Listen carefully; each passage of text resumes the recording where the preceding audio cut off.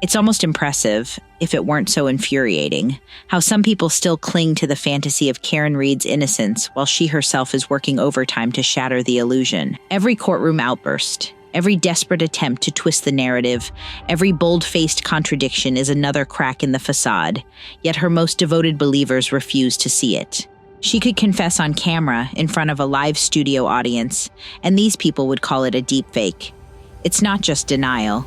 It's a masterclass in willful blindness, a testament to how far people will go to protect the lie they've married themselves to, even as Karen Read herself is filing for divorce from it.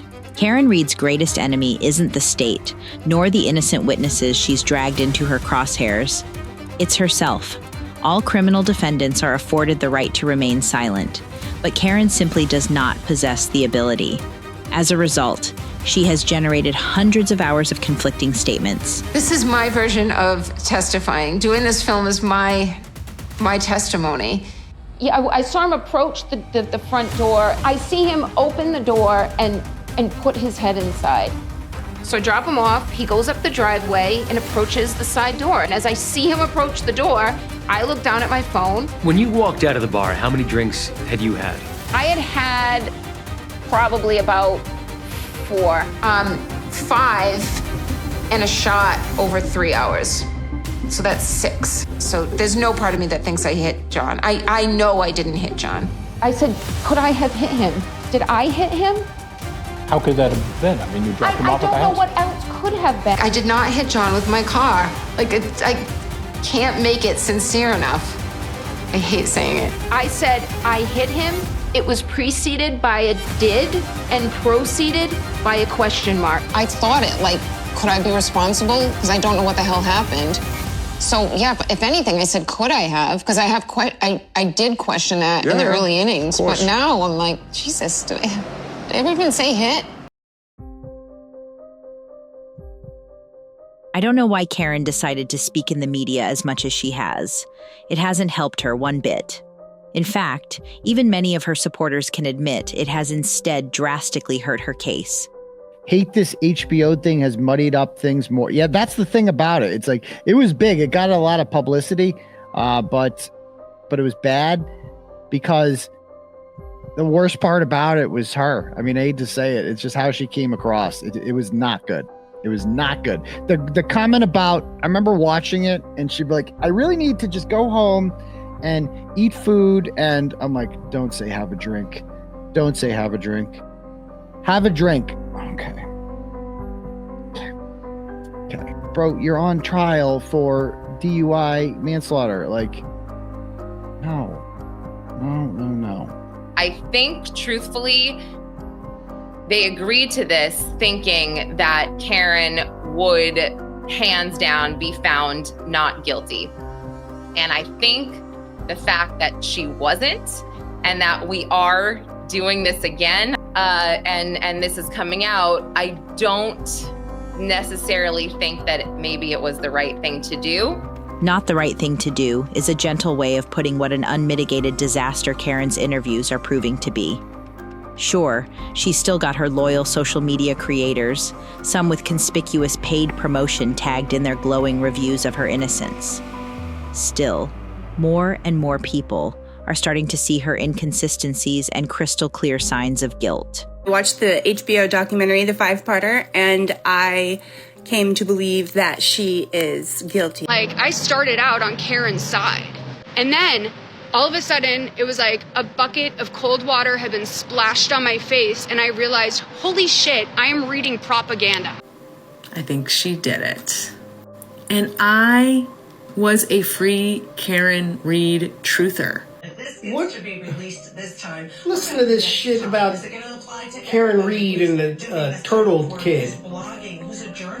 I mean, that guy is just...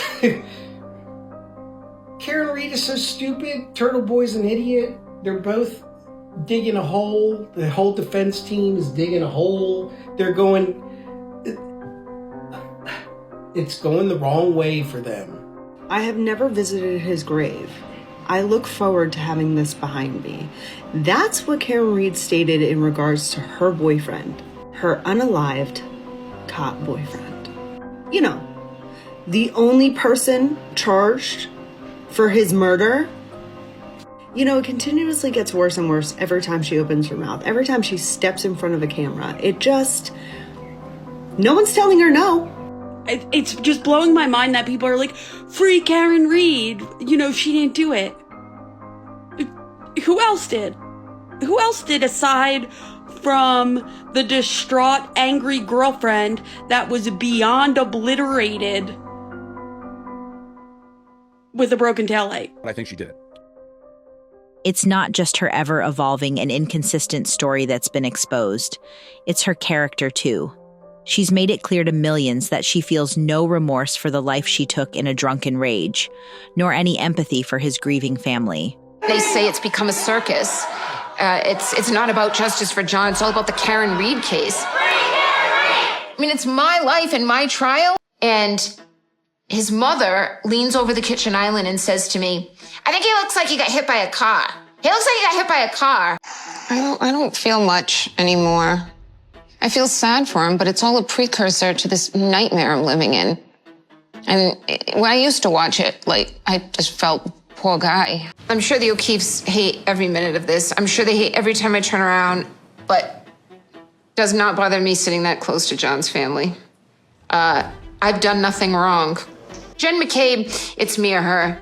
Either I'm going down, Jen, or you are. The biggest problem isn't just that she appears to be an unempathetic, narcissistic liar, though.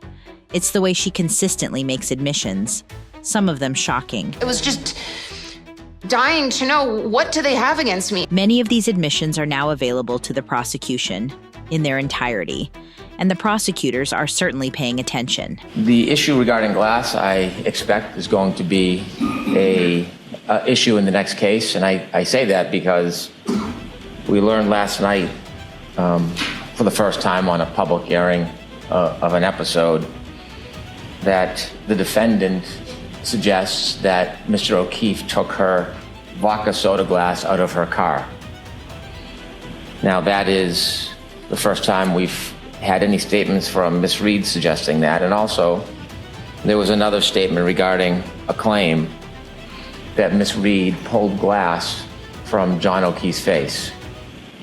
Never heard that before. So we have this evolving or new testimony.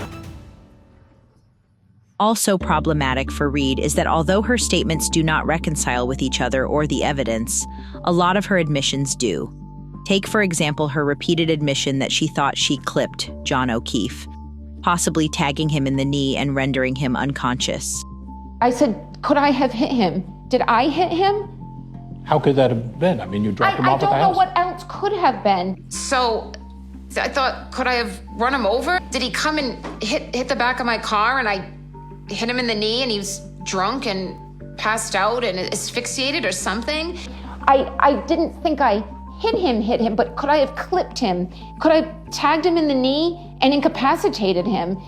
He didn't look mortally wounded as far as I could see, but could I have done something that knocked him out and in his drunkenness and in the cold didn't come to again? And this would have been the moment you dropped him off at the party.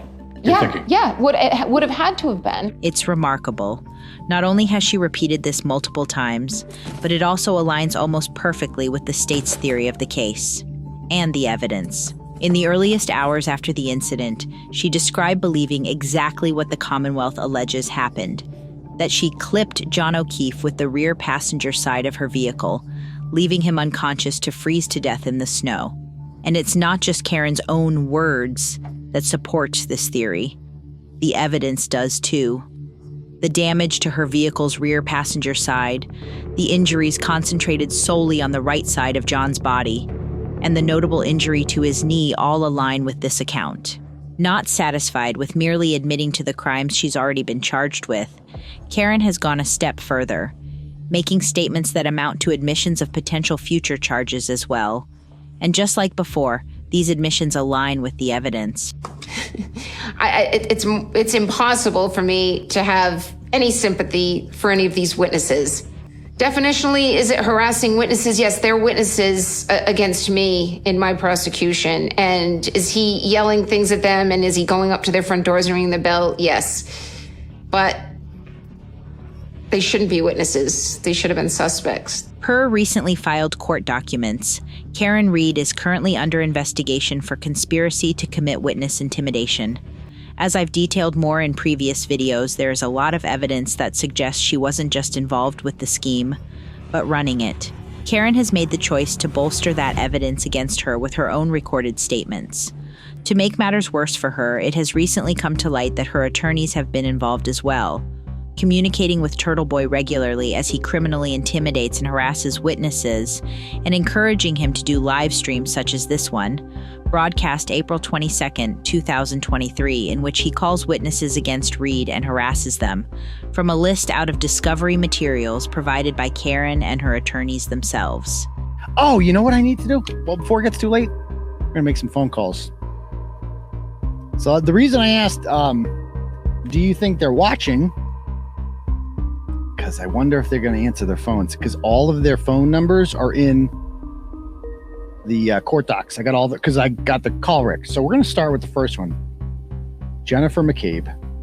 This revelation came on the heels of Reed's attorneys being publicly reprimanded in open court for lying to the judge after repeated intentional misstatements of fact. Based on all the evidence, I conclude that there has not been the candor required of all lawyers has not been demonstrated here. I find that there have been repeated misrepresentations made to the court by defense counsel, and I conclude that they were deliberate. It's also worth noting that Karen Reed's attorneys have been deeply involved in all of her fundraising efforts. According to her top fundraisers, Nick and Jenna Rocco, an attorney they consulted warned them that they could face racketeering charges for what they themselves admit are illegal fundraising activities. Yet they persist to this day, with Karen and her team's blessing and involvement. There is no reason left to believe in a conspiracy to frame Karen Reed. Her own words and actions, combined with the overwhelming evidence, make it abundantly clear that she is responsible for John O'Keefe's death. Her utter lack of remorse, her cold and callous demeanor, and her narcissistic obsession with fame and attention all expose the lie of her self-proclaimed innocence. Worse still, her calculated scheming and collusion with Turtle Boy and even her own attorneys don't just confirm her guilt. They reveal a complete absence of empathy and morals. Karen's attorneys are liars. At best, their actions in this case are unethical. At worst, they're criminal. Her most devoted supporters are not just bystanders, but co-conspirators, knowingly engaging in behavior they themselves admit is illegal, or, in the case of Turtle Boy, has already led to charges. If Karen Reed thought that running her mouth would win public sympathy and exonerate her, it's backfiring spectacularly. Now, millions can see what many of us already knew. Karen is a psychopath, hell-bent on escaping justice, no matter how many lives she destroys in the process. At least I stole the show. Wanna do stupid shit. Gotta admit I'm a hypocrite. I like it way better than being on the side of it. I'm a psycho, loving it. Part of me wanna do stupid shit. Gotta admit I'm a hypocrite. I like it way better than being on the side of it. I'm a psycho, loving it. Can't wait to hear what they call me. Call me names and make up all these stories. I would kill for a life that ain't boring. I'm lots of things but not sorry. If you like what we are doing and want to contribute financially to the channel, the best way is by buying us a coffee. You can go to buymeacoffee.com/massholemedia and chip in to buy us coffee. It really helps with the late nights we spend scripting, editing, and producing these videos. If not, you could always give us a like and share the content to help the algorithm notice us.